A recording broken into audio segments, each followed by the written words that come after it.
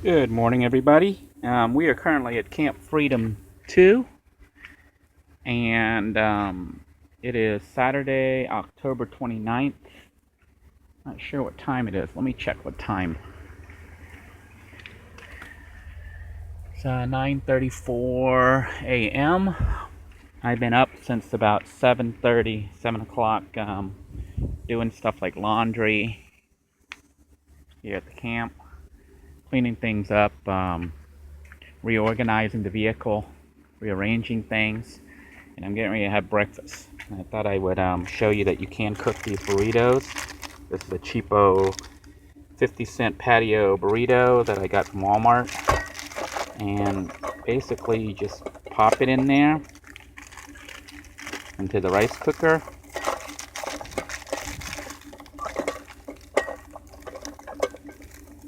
Put the lid on it and set it to cook mode. So for those of you who aren't familiar with my cooking system, I basically use 120 volt appliances. This is a 300 watt aroma rice cooker, and as you can see I have it plugged into a multi-plug outlet here at the back of my kitchenette. The 120 volts is actually being generated by the vehicle. It is running right now. I have the 120 volt outlet here plugged into an extension cord that runs up here to my inverter system. The inverter, you can see it's pulling 297 watts, even though that's a 300 watt rice cooker. It's pulling 297, 296 right now. But this plug right here, this black one, runs to the back, to the multi-plug outlet. So that's what's feeding the power back there. While this is doing that, I can also charge up a device here, which I'm getting ready to. I'll need to charge up my phone device since I'm generating electricity. My house battery system is kind of shot right now, so we're actually running the unit right now directly off the vehicle. So the van has been started, and this is our generator. We're using the alternator there to generate electricity, which is coming through the system.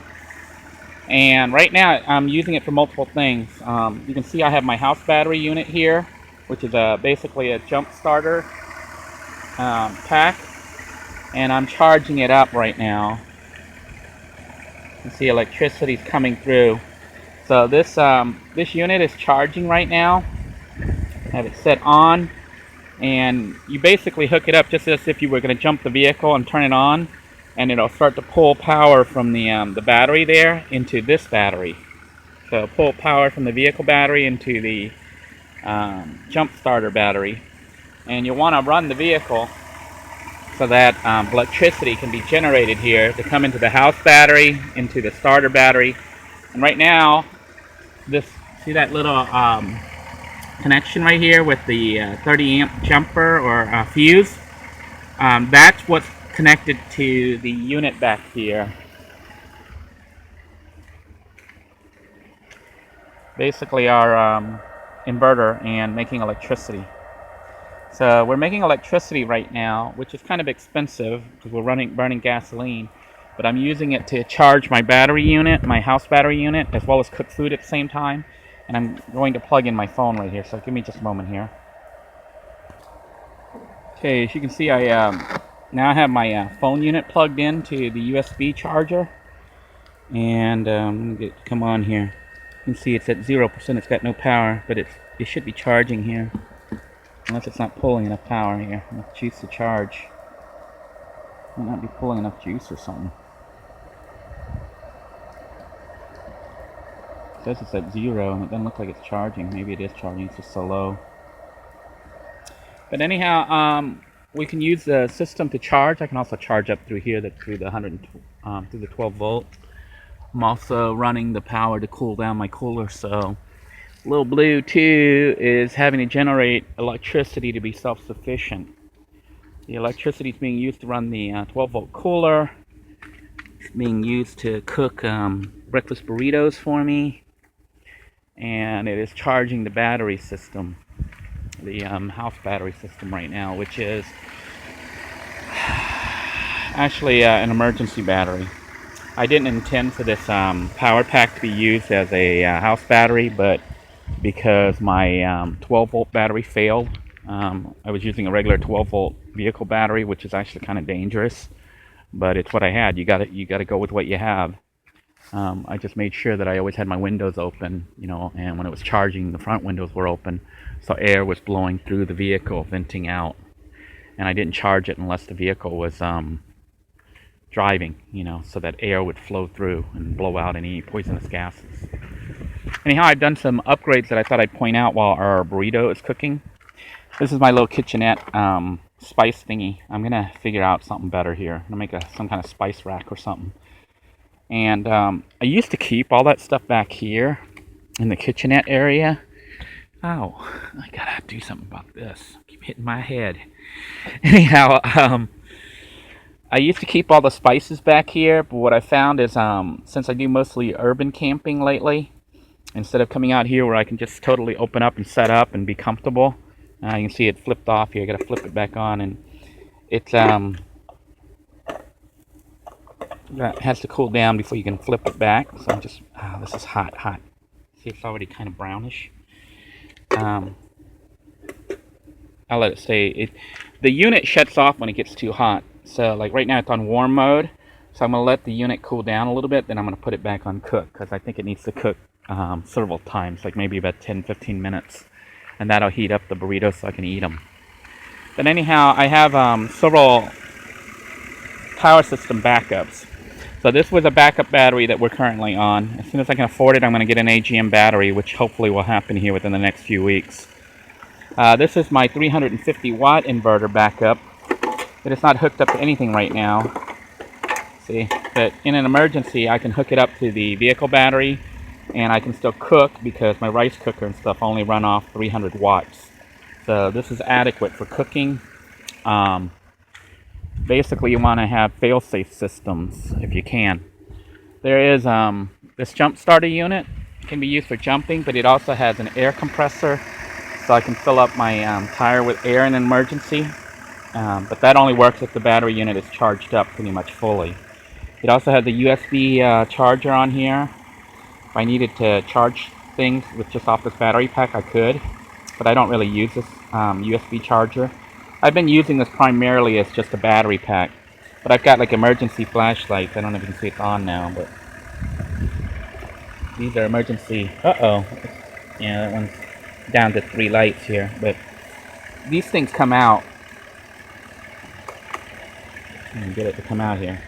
So it comes out, and you can actually attach the 2 units together, and it becomes a big flashlight. So in an emergency, they can be used as flashlights. Putting it back in is kind of a pain. You gotta line up the hole there, but turn that off. They run off batteries, so those units run off their own little batteries. I also have another inverter here, a smaller one that's 225 watts, which when you're running through the power outlet here from the vehicle, I don't have it hooked up right now. You really shouldn't pull more than 100. It has a warning on it that says do not use more than 125 watts or 115 watts from the 12 volt jack, because if you do that, it's going to melt the jack. It gets too hot. And they supply a supposedly a clipper, like alligator clip things, but I can't even find those, or I don't know where they are. So right now I just use it for here for emergency. If I need to plug in my laptop and the house battery system's completely down, I can plug that in right there into the cigarette lighter up here and generate 120 volts to charge up my laptop and whatnot. The interior right now is kind of a mess because I need to straighten all this out and clean it up. You see I have all sorts of stuff here. I do carry and recommend carrying a portable air compressor so that if you have a flat, you can basically pump up your own air. This compressor had broken because it had overheated. You're not supposed to run it more than I think more than 8 or 10 minutes straight. So if you do get one of these, make sure you shut them off after 8 minutes. Don't let it keep running. I need to straighten out that mess in there because I'm reorganizing right now and trying to make everything nice and neat. Okay, I think this is cooled down now, so I'm gonna try to put it back on cook. See how it's on warm, and now it's on cooked, which means it'll pull more power and more heat. So you can see we're back. It's pulling 306 watts right now. My phone is charging. It says it's at 3%. Remember, it was at 0% before. This was like totally out, and now it's charging back up. This phone that you see right here is the dash cam phone. And thanks to viewers who suggested that maybe I should put the Band-Aid over the mic, which is actually down here, not up here. That's the earphone or headpiece for listening. So I actually had the wrong end plugged up, even though it seemed like it did help with wind noise for some reason. So this is the end that you need to plug up. There was a little tiny hole right here next to the charging thing. It took a really careful look to see that there was a hole there, and so now I have that taped up, and the mic seems to be working a lot better with regards to wind noise. My dash cam is basically, see how it has Velcro on here? I always put this burly side, not the fuzzy side, but the burly side, on my devices like phones and whatever I'm going to plug. And then I put the fuzzy side, the sticky, fuzzy side, carpety-like side, onto the vehicle or the wall or whatever. And that's just a rule I made up so that basically if I want to stick this anywhere, see, I can stick it here, I can stick it on the front dash, I can mount it anywhere. Like even the roof. You can see I have a light mounted up here. This is a cheap, I think I bought like 4 of these units. They came in a pack of 4 for like $4 or something. See, or $5, I don't know. For a pack of 4. That's an LED light that I use for the interior. And it's also the LED lights that I've left 2 of them. I have 2 in the vehicle, and I have 2 that I'm leaving at Camp Freedom. You can see here we got light, so at night if you needed light. But you wouldn't want to sit out here at night. It's full of bad mosquitoes. So I also have another one here in the bathroom here. You can see right there. So, some other minor improvements that have occurred. I have installed hooks here now, so I can hang up my flashlights and other loose items that I need to have access to, possibly at night real quick. And of course I have the hooks up here and elsewhere. But basically just making minor improvements to the vehicle to make it operate a little bit better. I'm probably going to install a bungee cord that goes from here to hold all these jars of food and stuff here.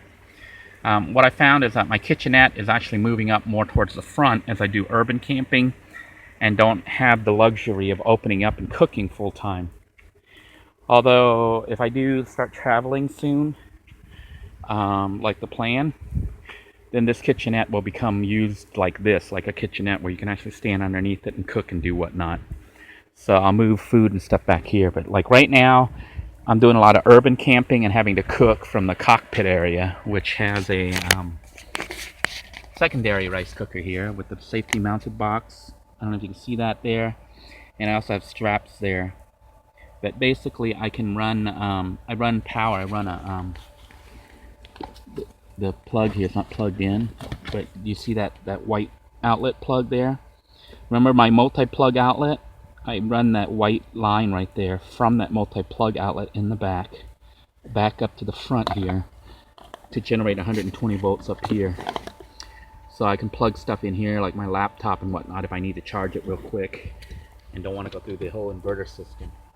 And I can cook up here while I'm driving, which I've been doing a lot lately. And that's why I've started to move the kitchenette up here.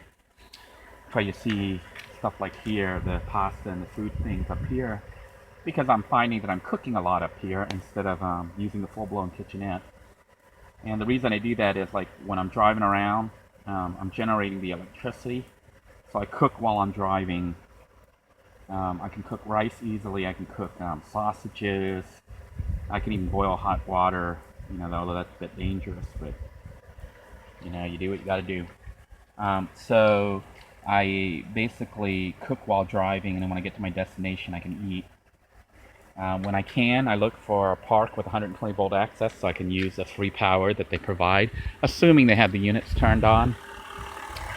So here you see everything is charging up. This right here is our electricity generator. Basically the engine running and going through that poor little alternator there, which is being taxed because we're using it to charge up the vehicle battery, the house battery, my phone system, and the inverter right here. I can see the reading here. It says 46 watts is what it's using right now. That means that this unit here had heated up enough that it shut off, but it's on warm mode. See how, I don't know if you can see it, the light on warm is on and the light on cook is off. I'm gonna flip it one more time. Ooh, hot. This is hot stuff. See how it's kind of brownish now? I'll flip it one more time. It's actually cooked now. I could probably eat it. Because all you're doing to that stuff is warming it up. It doesn't even want to. It's still too hot, so it doesn't want to go into cook mode. So I'll just let it sit there for a few minutes while I'm talking. But I'm planning on making a spice rack over here. Maybe by this door or on the side there somewhere. With not all the spices, but just stuff that I've used quite a bit when I'm eating and cooking up here. Which actually is all of this. So I'm going to have to come up with some kind of spice rack. Maybe I'll put it here on this door. That seems like a good spot, actually. So I'm going to make a little spice rack here for the mount here on the floor. And the reason I'm putting it low is like when you shut the door, see, you don't want people to be able to see that you're living in here and cooking and doing all this stuff. So like right now I just have it in here and I've been throwing it behind here, which is kind of a pain, you know, behind the front seat. But I think if I put it here, this looks like a perfect area for a spice rack. So I'm just going to get a little mount and mount these spices down here like this. And that way when I need them, they're ready to access so I can cook up front or in the back. I think this is going to be the plan. Yeah, that seems like a good plan. So I just basically need to either cut this or find some piece of cardboard or tub or something that'll fit right here and hold these spices in place. And that should make it a little neater in here. I'm basically just trying to organize the system, have it set up so it can be easily used while I'm driving for cooking and not having to go back and forth. It's a pain in the butt now to pop open this back hatch because normally I have my bike mounted on there. And we're going to be going on I'm going to try to go on a bike ride here through the compound today without GPS and hope I don't get lost. It's really windy out here. Looks like a great day, unless it starts pouring again. But we're just going to enjoy ourselves and just relax here in this place. Laundry is still going on. Rinse that out and put it in clean water and then hang it up here after I have my breakfast. So we're going to go for a nice bike ride.